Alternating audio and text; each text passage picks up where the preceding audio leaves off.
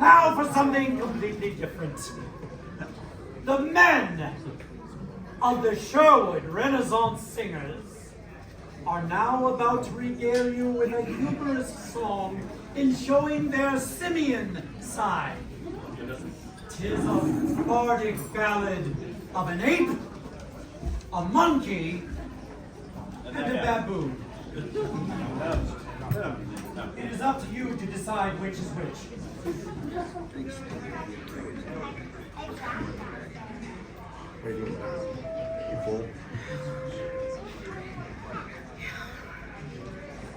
He ate the monkey and baboon did meet and breaking up their legs. Fast on Friday Street, two of them swayed together solemnly. In their three natures they possessed and sympathy. Nay, quoth baboon, I do deny that strain. I have more knavery in me than you twain. Nay, quoth baboon, I do deny that strain. I have more knavery in me than you twain. Why, quoth the ape, I have a horse that will in Paris garden go to pride on honest and show tricks to squash the monkey eye. Or tricks to raise his lie. Tush, quoth baboon, when men do know I come, for sport, for city, country, they will run. Tush, quoth baboon, when men do know I come, for sport, for city, country, they will run.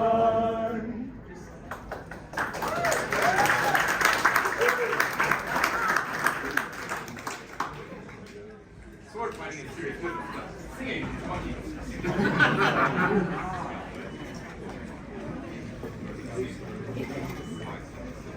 Short and sweet, comedically humorous, but as we all know, part of the story of Robin Hood and Maid Marian is their enduring love for each other.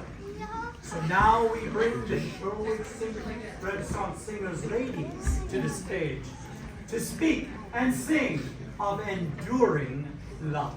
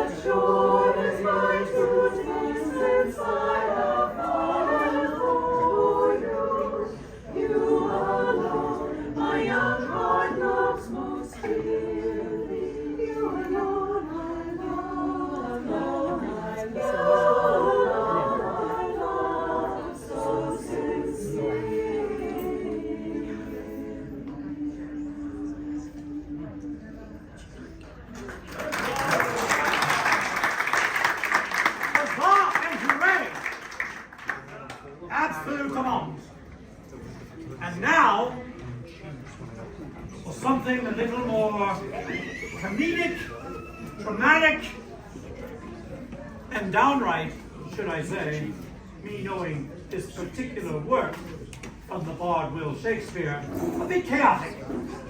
But we are bringing on, should this not be called Sherwood Has Talent? It's good. But now, to entertain you and regale you with laughter, we bring you the young actors of our community from the Sherwood High Drama Class. Hello,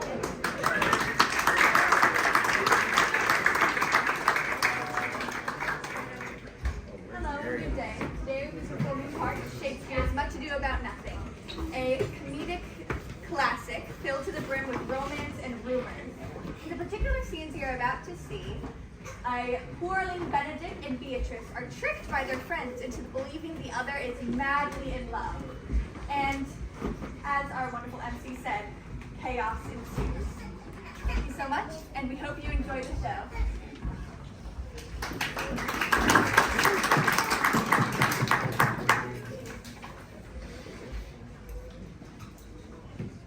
You much wonder that one man, seeing how much another man is a fool when he dedicates his behaviors to love, will, after he hath laughed at such shallow follies in others, becomes the argument of his own scorn by falling in love. Such a man is Claudio. I have known when there was no music with him but the drum and the fife. But now he had rather hear the tabor and the pipe. I have known when he would have walked 10 miles afoot to see a good armor. Now will he lie 10 nights awake, carving the fashion of a new velvet. He was wont to speak plain and to the purpose, like an honest man and soldier, but now his words are a very fantastical banquet. So many strange dishes. May I be so converted and see with these eyes? I cannot tell. I think not. One woman is fair, yet I am well. Another is virtuous, yet I am well. Another wise, yet I am well. But till all graces be in one woman shall not come in my grace. Rich she shall be, that's certain. Wise, or I'll none. Virtuous, or I'll never cheapen her. Wise, or come not near me. Mild, of good discourse, an excellent musician, and her hair shall be of what color, please God? The Prince of Monsieur love, I will hide me in the armor. Come, shall we hear this music? Yea, my good lord. How still the evening is, as hushed on purpose to great harmony. Signor Benedict hath himself? Oh, very well, my lord. Sigh no more, lady, sigh no more. Men were deceivers ever. 1 foot on sea and 1 on shore. To one thing constant never. Then sigh not so, but let them go, and be you blithe and bonny, converting all your sounds of woe into hey, nonny, nonny. Sing no more, did he sing no more? Dumps so dull and heavy, the fraud of men was ever so, since summer first was leafy. Then sigh not so, then sigh not so, then sigh not so.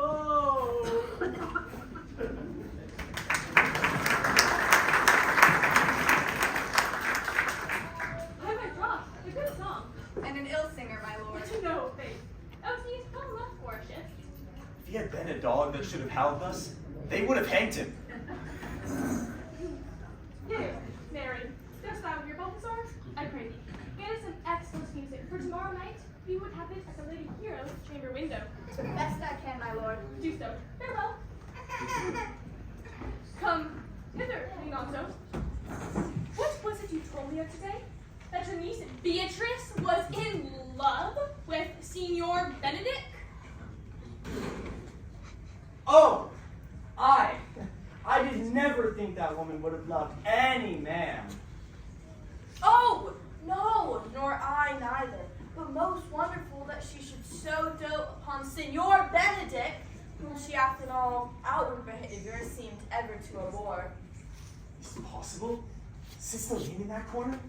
By my troth, she loves him with an enraged affection that is past the infinite of thought. Maybe she doth but counterfeit. Oh God, counterfeit! There's never counterfeit of passion came so near the life of passion as she discovers it. Why? What effects of passion shows she?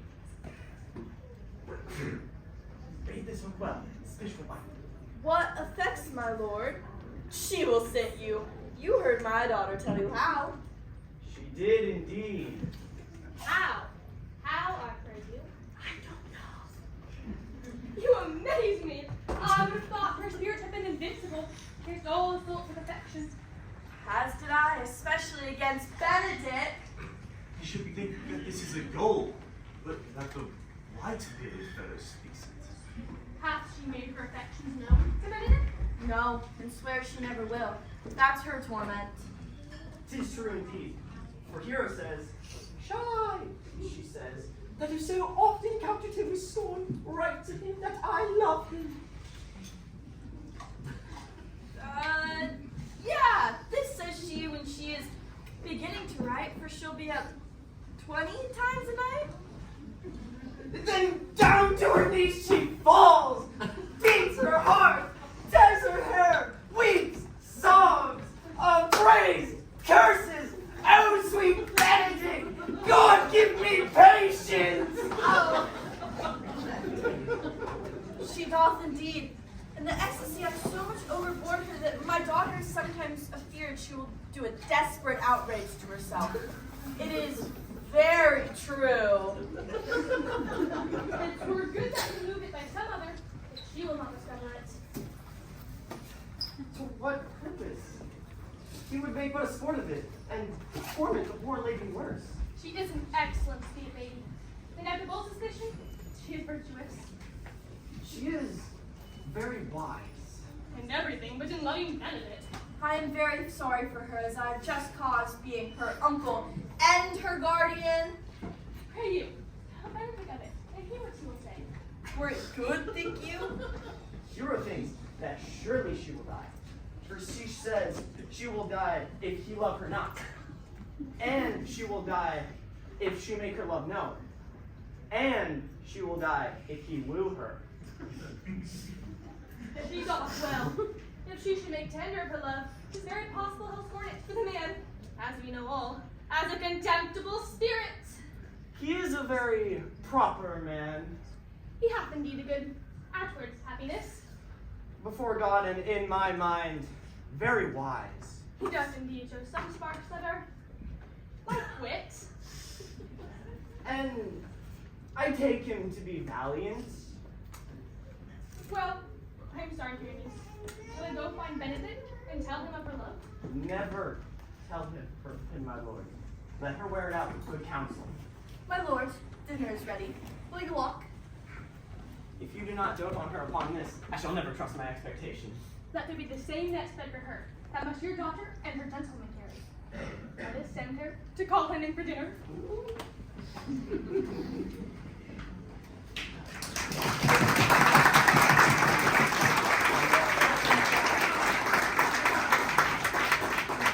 This could be no trick.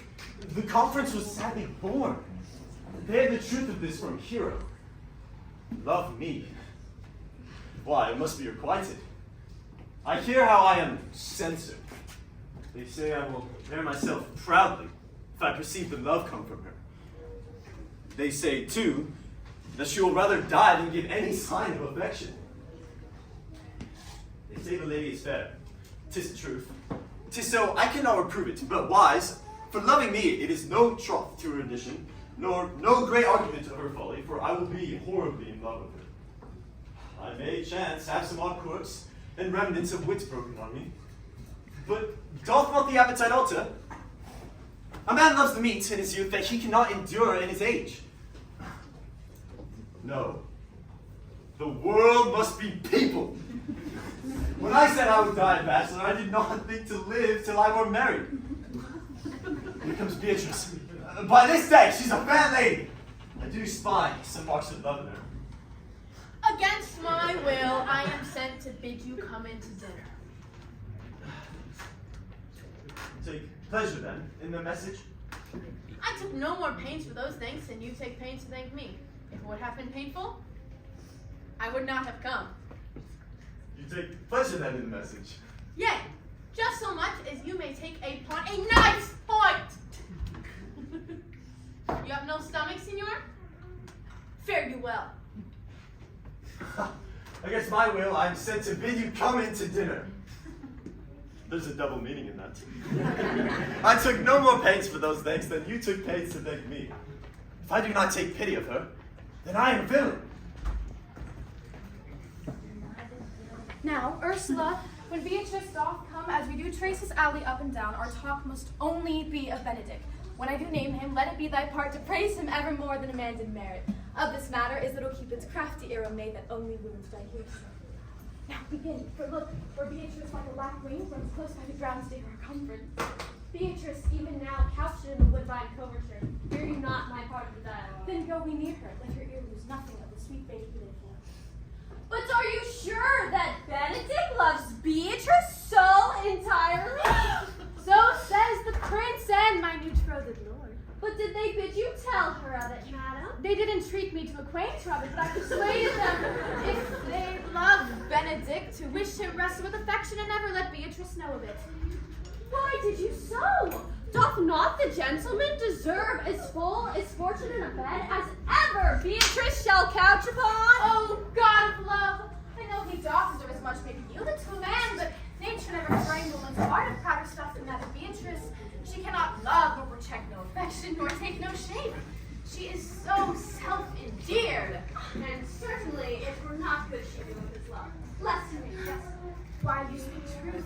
I never yet saw a man, how wise, how noble, young, how rare the creature. So she turns every man the wrong side out. Sure. Such harping is not commendable. But who dare tell her so? If I should speak, she would laugh me out myself and mock me in the air. Oh, she would press me to death with wit. Yet tell her of it. Hear what she will say. No, rather I will go to Benedick and counsel him to fight against his passions. And truly I'll devise some honest slander to sustain my cousin with. One doth not know how much an ill word can empoison liking. Do not do your cousin such a wrong. She cannot be so much without true judgment, having as swift and excellent a wit as Beatrice ever shall have, as to refuse such a rare Signor Benedick. Why, he is the only man of Italy, always excepted my dear Claudio. I pray you, madam, be not angry with me, speaking my fancy, for shape, forbearing, argument, and valor, most foremost in report through Italy. Indeed, he hath an excellent good name. His excellence did earn it ere he had it. When are you married, madam? Why, every day. Tomorrow. Come, go in. I'll show thee some clothes and have thy counsel which is best to furnish me with tomorrow. She's limed. I warrant you, madam. We have caught her. If it proves so, then loving goes by halves. Some keep it with arrows and some with traps. What fire is in mine ears? Stand I condemned for pride and scorn so much? Contempt! Farewell! Maiden pride, adieu! No glory lives behind the back of such. And Benedick, love on, I will requite thee, taming my wild heart to thy loving hand. For if thou dost love, my kindness shall incite thee to bind our loves up in a holy band. For others say thou dost deserve, and I believe it better than reportingly.